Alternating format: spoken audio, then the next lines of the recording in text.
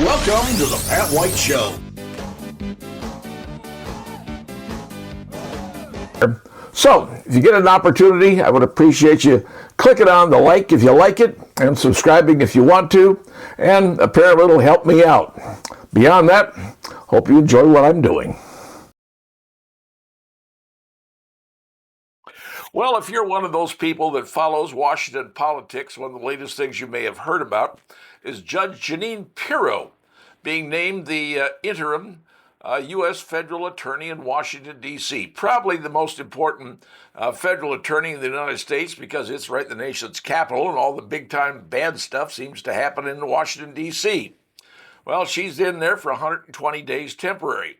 Will she go permanent? Well, if she does, she's going to have to appear in front of the U.S. Senate to be confirmed, if you will. And she can hold her own in front of the Senate, believe me. So I don't really have a problem with that if she decides she wants to be the full-time U.S. attorney in Washington, D.C. However, the person before her was a gentleman by the name of Ed Martin. Now, Ed Martin was a staunch supporter of Donald Trump. He was also a big-time advocate for the people who were arrested during the January 6th, well, they call it a riot, insurrection, call it whatever you choose to.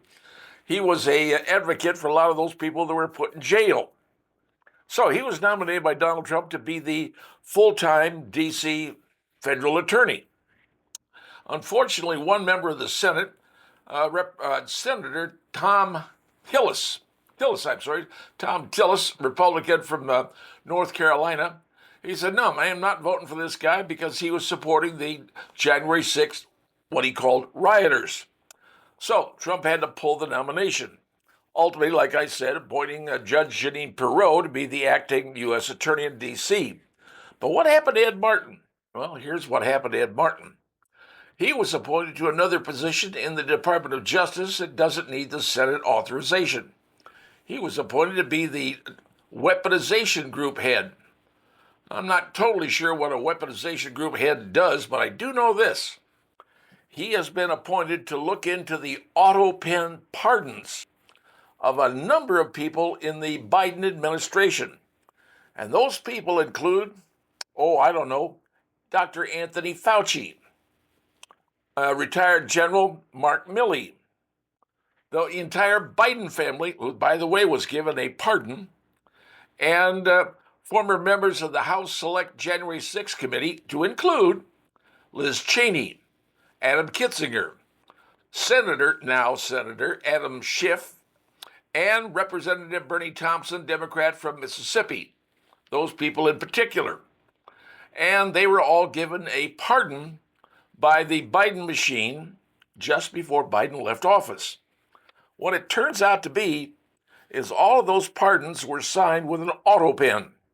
Now, the auto pen is used a lot in Washington, D.C., and the president to sign a lot of documents. The big-time real documents, you got to sign by hand. And apparently, many of the pardons that were done, the most number of pardons given to prisoners, I think in American history, was done by the auto pen. And a lot of people are saying, who had control of that auto pen? Who was ordering all these signings done? And why were so many people given these massive pardons, like the Biden family, for years? And Anthony Fauci, his pardon goes clear back to 2014. People are starting to ask questions about that. How did that happen? Well, now it turns out we know that Joe Biden may not have been in his, he may be suffering from a cognitive dysfunction. Call it what you will, Alzheimer's, dementia, you name it. And maybe this was done by other people in the wing of the White House, administrative people, not elected people, administrative people, who took it on themselves to use the auto pen. How they could do it? Well, they have access to it without the knowledge of Joe Biden. They do have one document, though, that was in fact signed by Joe Biden. That document was his resignation as being president and turning it over to Kamala Harris. That is the only document that has his real signature on it, surprisingly enough. All right, so Mr. Martin rather, he is now looking into those pardons. And I can tell you this. Some of those pardons allow people not to be charged in state situations. Dr. Anthony Fauci is one of those because he could be subject to both state and federal criminal charges. But anyway, Mr. Martin is looking into those and saying, hey, these things may not be legitimate. And if it can be proven they weren't really signed and authorized by Joe Biden because he was incapable of doing that, and that's going to be an interesting test to prove, those pardons may be negated. And if they are negated, friends, I can guarantee you there is going to be some prosecutions going on from the DOJ, Department of Justice, into the folks in Congress, including the likes of, like I said, the Biden family, Anthony Fauci, the Liz Cheney, Adam Kitzinger, Adam Schiff, and more. Because maybe, just maybe, those signings on that auto pen were not authorized and given the credit to by Joe Biden because he was incapable of doing it. They proved that. Katie, bar the door, folks, because some big things will be happening, and those things could cause a huge ruckus in Washington, D.C., where now Ed Martin, dissed by the government, may be coming back with vengeance. Let's see what happens, and let's see if they prove the auto pen was not legitimate.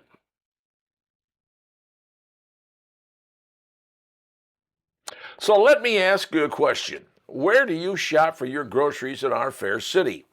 Well, today you have about three choices.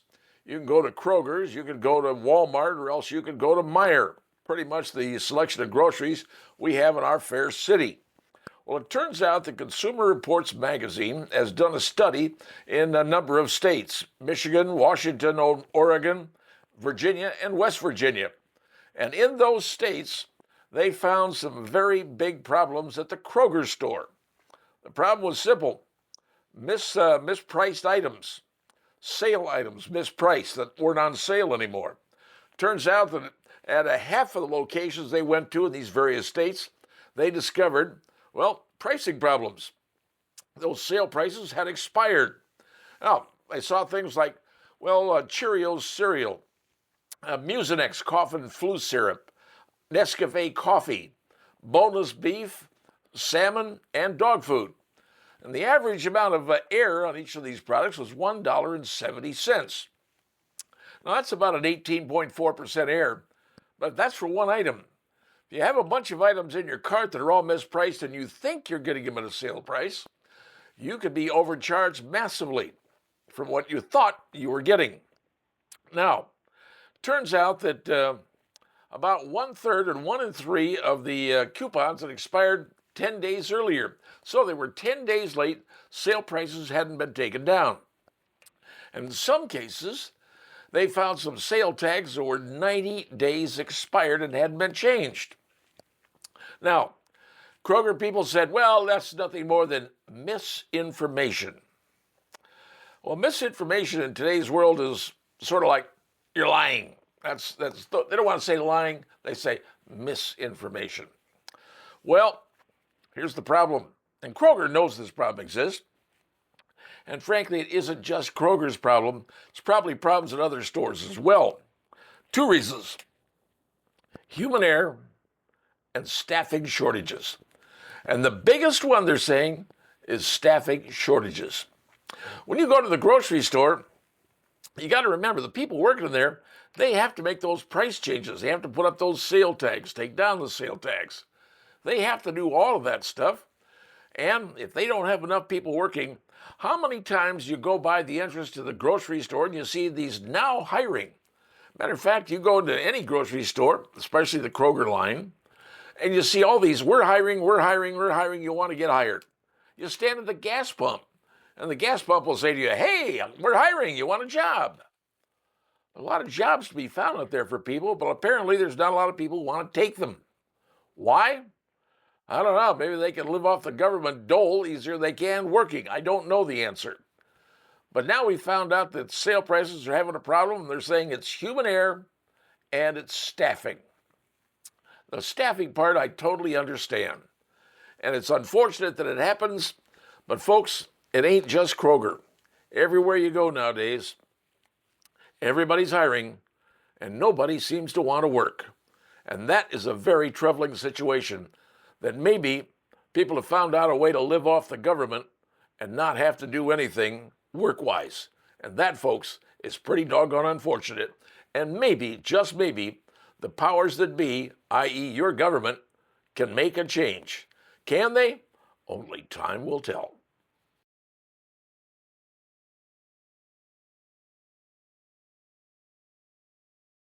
Normally, I like to report on things that are going on in the world, in society. Now, this time I'm going to give you my editorial thoughts on something, and basically it has to be what I feel about the broadcast media. Well, namely the alphabet media. Those folks, I will tell you what I think. This all goes back to the 1960s, believe it or not. You see, in the mid-1960s, I entered college, and I went to journalism school. Yes, I did. Other people that may not realize that. I majored in journalism and broadcasting. My parents were not thrilled about that because they figured I didn't have a career in that. Well, maybe I didn't, but made something of it. But the point here being is that when I was in the journalism school, you learned some rules about reporting. And there were the 6 rules you had to know about. And in any story that you wrote, you had to write about who, what, where, when, why, and how. 6 things. The biggest class I had, and the class I enjoyed the most, was with the dean of our department. Believe it or not, he actually taught a class. Taught a number of classes, and if you were lucky enough to get in that, you got to get his wisdom. His name was John Judy Middaugh. And Dr. Middaugh was an old newspaper man. And he was one of those few professors back in those days who actually graded the papers of the students. He didn't have a TA do it or somebody else. Graded his own paper, but he had this red pencil. And if he lined out something that you wrote with a red pencil, you knew exactly why he was lining it out. He said that red line meant your opinion. He said there's no place for an opinion when you're writing a news story unless you're writing on the editorial page, which is fine. That's what it's there for. But a news story, who, what, where, when, why, and how. He said there's no place for opinion. O, because there's no O. Well, today, apparently, it's all O. Not necessarily who, what, where, when, why, and how. It's O, opinion. And that's why, for the legacy media, I am not particularly thrilled with them. See, I used to be back in the old days when you had Walter Cronkite. Uncle Walter did the news. You trusted Uncle Walter. Chet Huntley, David Brinkley. Those are the people who were giving you the story, telling you what was going on. There was no embellishment going on there. There was no political opinion. They were just telling you the news, and that's what the Fifth Estate is supposed to be doing. They're supposed to be the ones there for you, the citizen, to show you what your government is doing, to have a clear look at it so you understand what's going on. Because in government, there's an old saying, power corrupts, and absolute power corrupts absolutely.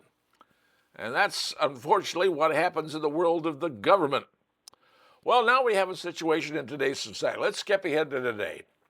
Well, now today we find out that former President Joe Biden, aside from the fact he was suffering from dementia for a lengthy period of time when he was president, he has announced, hey, I've got stage 4 prostate cancer. Well, the medical people I've heard, talked to, and know have said they would have known about this a long time ago. Because, you see, presidents have to go to Walter Reed for their annual physicals. They test everything at Walter Reed, everything. And the fact that they didn't do that test is a bit strange. But if they did do the test and knew something was going on, they didn't say anything about it, kept it from the American public. Are they allowed to do that? Well, apparently they think they are. Because something else was kept from the American public by the Biden administration, the fact that Joe Biden was suffering dementia. And it had been going on for a long time, and they completely denied it, disavowed it, and castigated anybody who brought anything up about it, called him a conspiracy theorist. And you know who was doing that? Well, the news media. That's right, the news media itself was doing this, And you can take a look at the videotapes from years ago, and you can see exactly what they were doing. They were all saying, no, he's perfectly fit. You remember Joe Scarborough saying, I met with the president, he's as fit as a fiddle, and F you to anybody that doesn't believe that. The whole thing turned out to be a lie. And now the president's got stage 4 prostate cancer. It's gotten into his bones, masticated it. It's gone into that. It's not a good thing. But that could have been treated a long time ago if the public had known and if they'd been released. Now, it's the job of the White House doctor to say, hey, Joe Biden's got prostate cancer. Not sure how that works. But I do know this. There was a time back in the Biden administration, and according to the reports, they wanted to give Biden a cognitive test. And the doctor said, if he fails this, I can't lie about it. I'm going to go public on this. So they didn't give him the test.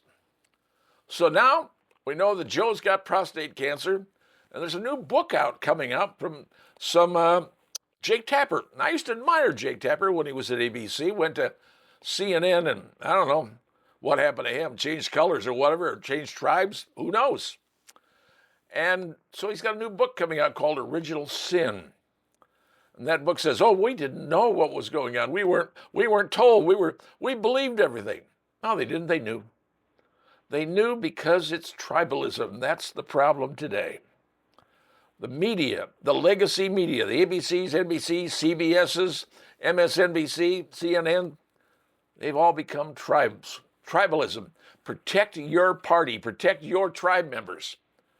And they're all tribe members. And that's where we are. That's where we have gone, America. And that's the problem we had. Recently, I saw a guy named David Axelrod. Was with the Bill Clinton campaign, if you remember that. He said, we must not pick on Joe Biden. He's got prostate cancer. We can't go back and discuss any things. And the Democrats are saying today, we must not look in the past. We must look forward. Chuck Schumer on TV, questioned on Meet the Press or one of those shows. Nope, we must be looking forward, not in the past. And the reporter says, well, wait a minute, what about that? No, I'm looking forward, not in the past. Is that your answer? Yes, we're only going forward.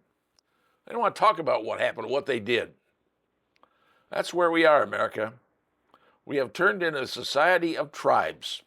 And each tribe is protecting its members, its warriors, its braves. And that's where we have gone to. And if we keep that up, the demise of this society as we know it could be in the future, whether you like it or not. Just saying, if you don't have an honest press, you won't have an honest government. And that's just my opinion.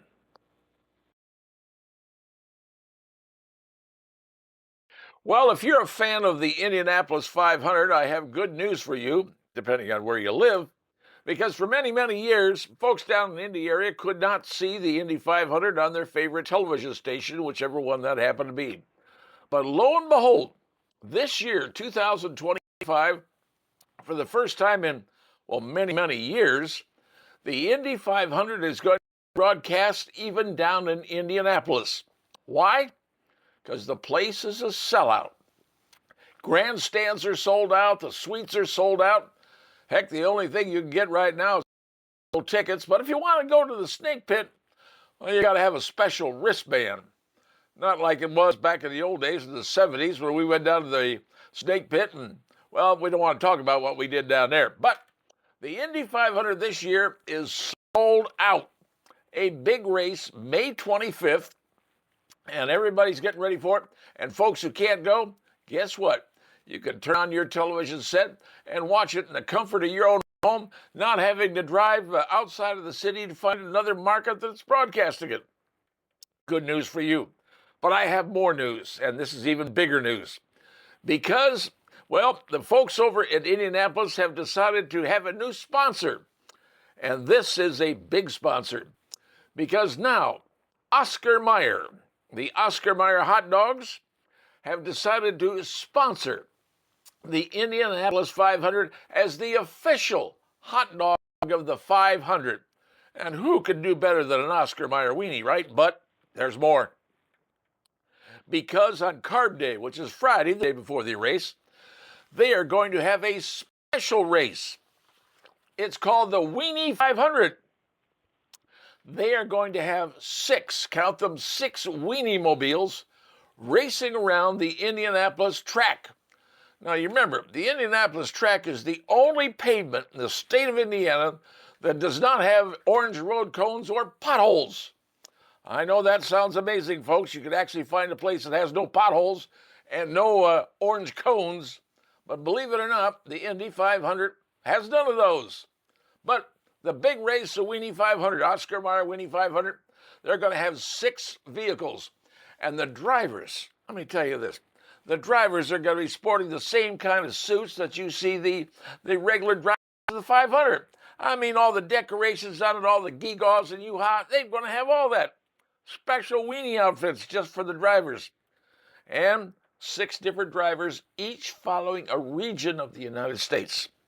You're going to have the Chicago dog, Rick, from the Midwest, the New York dog from the East, the Slaw dog from the Southeast, the Sonoran dog from the Southwest, Chili dog from the South, which to me, I would go with a hush puppy dog, or a grits dog, that might be fine, and the Seattle dog from the Northeast. They're all racing to see who's going to take home the big trophy from the India's 500, the Weenie 500. But here's the cooler part. You can actually win money. That's right. The folks at DraftKings are going to have a special event going on where you can win part of $10,000 they're putting up to see if you can pick the winner of the Weenie 500. Now, the winner, talk about a big thing. The winner of the Weenie 500 is going to be taken to the winner's circle, the big winner's circle of the Indy 500, and is going to be caressed with, are you ready? A condiment spray and given a hot dog. Now, who could ask for anything more? So you have the Weenie 500 on Friday, six Wienermobiles racing to see who's going to take the title of the Weenie 500. And the track is going to be sold out on Sunday for the race, and everybody will get to see it, even the folks who live in Indianapolis. My, how times have changed, America, because, well, the Indy 500 is the greatest spectacle in racing and hot dogs, just so you know.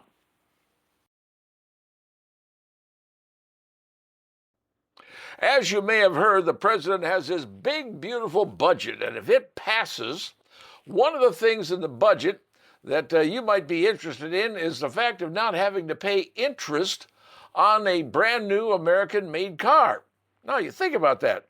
Brand new American-made car, no interest.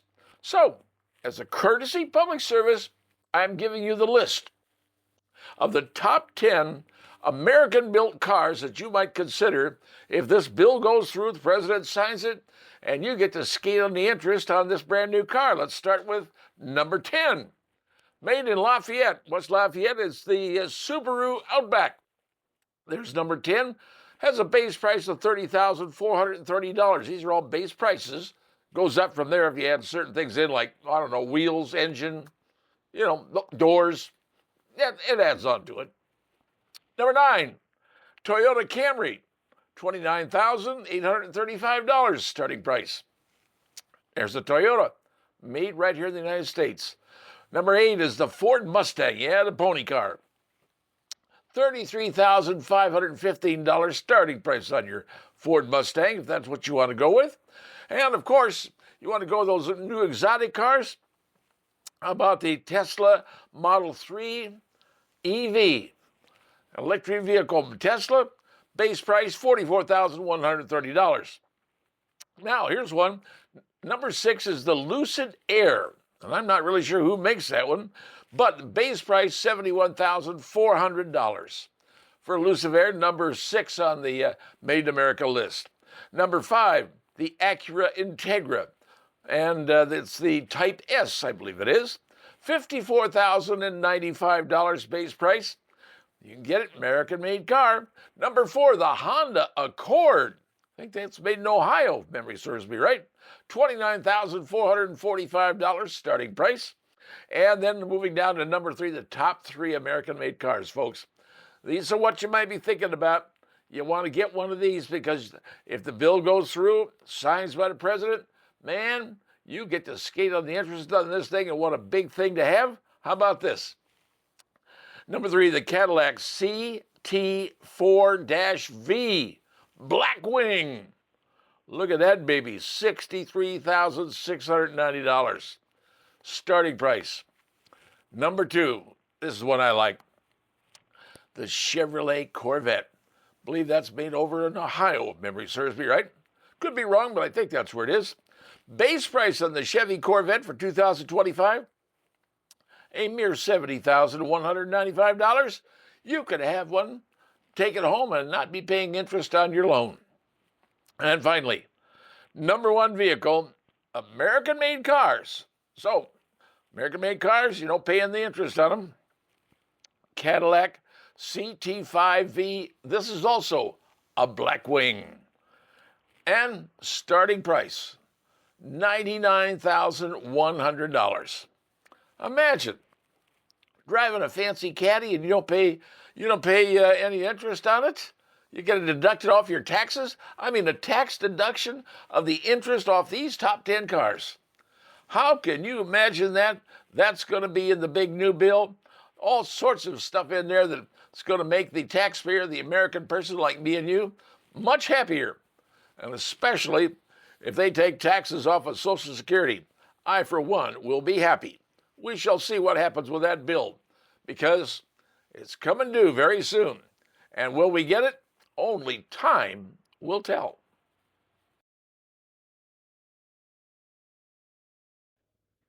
So let me ask you a question. What did you do last Saturday afternoon? Well, last Saturday afternoon at 3:30, I was parked in front of my TV because there was a basketball game on. Not a high school game, not a college game, not even a pro game, even though those are going on. Nope. I was watching a WNBA game, believe it or not. Season opener for the Indianapolis, or the Indiana Fever, if you will, against the Chicago Sky and their star, Angel Reese. Well, Indy had some incredible players. Turns out that 17,472 people crammed their way into Gainbridge Fieldhouse. That, my friends, is a gigantic sold-out stadium. People were spending hundreds of dollars more than face value for tickets. They got to see a game, and I mean a big game. I mean, it was pretty much a blowout. If you watched the game, you know what it was. Well, the TV ratings are now in. That game produced viewers of 2.5 and up to 3 million people watching one game. Opening game with ladies. Turns out that's the largest number of people to watch in over 20 years of the WNBA. Largest ever. And of course, the biggest thing everybody saw was Caitlin Clark. That's why you wanted to see what was going on. Well, she had something that rarely happens in the opening game of the season. First game, she had a triple-double. Now you're saying, okay, fine, triple-double, big whoop, it can happen. Yeah, it can. Well, the person who has the most triple-doubles in the WNBA, her name was Courtney Vandersloot. She has 10. And she did that over 430 games. 10, triple-doubles. Second in line is Diana Taurasi. Well, she's got 9. And that took 565 games to get 9. The person in third place with 9, is Caitlin Clark. You're going, okay, she's 9. She's second place, tied for second? She got those 9 in 41 games. The other two ladies, 430 and 565. She did it in 41. Pretty big stuff. Now, the Chicago Sky had Angel Reese. She shot 12 points, 17 rebounds, 5 for 14. Not much to show for it, but except for that big, giant flagrant foul and all the other stuff. You probably have seen that. Everybody's broadcasted. Some of the interesting stuff I've learned about this particular game and this particular team, the Indiana Fever. Got a couple of ladies on it. One is named Lexi Hull. The other is Stephanie Cunningham. They're both blondes. There was a picture of them that was taken of them, and they were both, well, highly tanned. To which on Instagram, Caitlin Clark went on Instagram and said, ladies, a little less tanning and a little more b-ball, okay? Very light, very friendly, good group of people. Turns out the Indiana Fever are going to be on the cover of Sports Illustrated in the June issue. Yep, first time for that. Now, turns out that it's probably going to be what they're saying is that Caitlin Clark is going to be another Wilt Chamberlain. Now, back in the 50s, 60s, Wilt Chamberlain, he set about every record you could think of, and the league changed rules because of Wilt Chamberlain. They literally changed rules. And that's one of the few things that happens. I don't think they're going to change rules for her, but Chamberlain played 14 seasons and set more records than you could possibly imagine. I don't know what Caitlin Clark is going to do on her records, but she is probably going to be another Wilt Chamberlain. Now, people like Michael Jordan says she's a GOAT. That's what Michael Jordan is basically saying. Now, other people are disagreeing because, well, they're not happy, they're jealous or whatever. But that game was big, and that game set a precedent. And as it turns out, Caitlin Clark gets a triple-double in only 41 games to be number 9 on the list, number 2. And number 1 is 10 games. And the lady with 10 games took her 430 games to do it, and she did 9 in 41 games. Records may be coming down, folks, and she may be the one to do it. She's already established records in college. Let's see what she does in the WNBA.